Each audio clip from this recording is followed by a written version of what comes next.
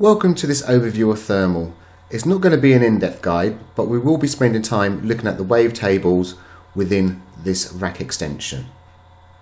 There are 4 sections to this rack extension. At the top we have the oscillator, and we will be coming back to this and talking about it in depth.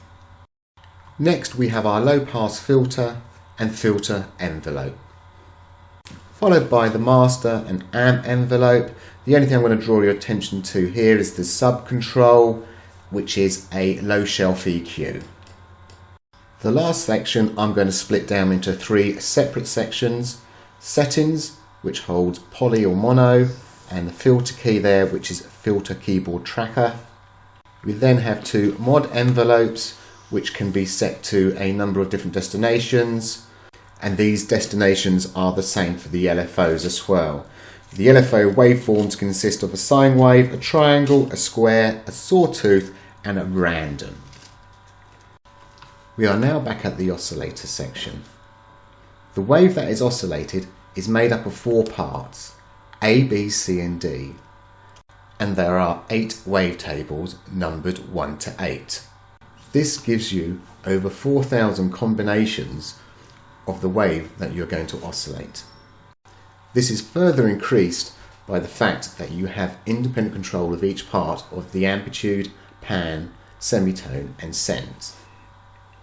Right, so I think it's time now to look at the waveforms which are behind these tables.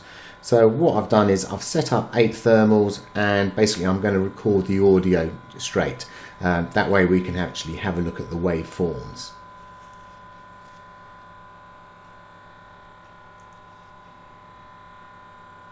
So here we have the waveforms. It's a little bit hard to see, so what I'm going to do is just clean this up a little bit.